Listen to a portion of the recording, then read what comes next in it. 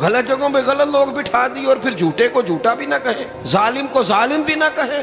ہم سے نہ رقم ہوں گے قصیدے یزید کے، کیونکہ ہم لوگ تو حسین کے سیرت نگار ہیں۔ یہ کیا بات ہوئی، آپ سچی بات ہی نہ کریں، کلمہ حق کہیں، ہمیشہ کھری بات کہیں، سچی، گرچہ اپنا نقصان ہو، حق کے ساتھ کھڑے ہونا سیکھیں۔ وتواصوا بالحق، ساری آسانی تھی، امام حسین کو کوئی مسئلہ نہیں تھا، آرام سے بیٹھے تھے۔ آج کتنے موجوں میں بیٹھے ہیں، پیر صاحبان، مولوی صاحبان، خطیب صاحبان، سیاستدان، وڈیرے، موج لگی ہوئی ہے، کسی کو کچھ نہیں کہنا، کچھ کہیں گے تو پھر بندے مخالفت کریں گے۔ تو امام حسین مسجد نبی میں جمعہ پڑھاتے تھے، چپ کر کے بیٹھے رہتے، حضور سید عالم علیہ السلام کے مزار انور کے پاس بیٹھے تھے، بیٹھے رہتے۔ لیکن امام حسین نے فرمایا ظالم حکمران بنے تو وہ قوموں کو تکلیف دیتے ہیں، وہ ملی نقصان کرتے ہیں، وہ امت کا چہرہ مہرہ بگاڑ کے رکھ دیتے ہیں، لہذا کھڑے ہونا پڑتا ہے، کلمہ حق کہنا پڑتا ہے، الہ کلمت الحق کے لیے نکلنا پڑتا ہے۔ آپ اپنی زندگی کے اندر سچی بات کرنا سیکھیں۔ الیکشن کے دن آ گئے، میرے ایک بڑے محبت والے ساتھی تھے، وہ آ گئے ووٹ کے لیے۔ ویسے بھی یہ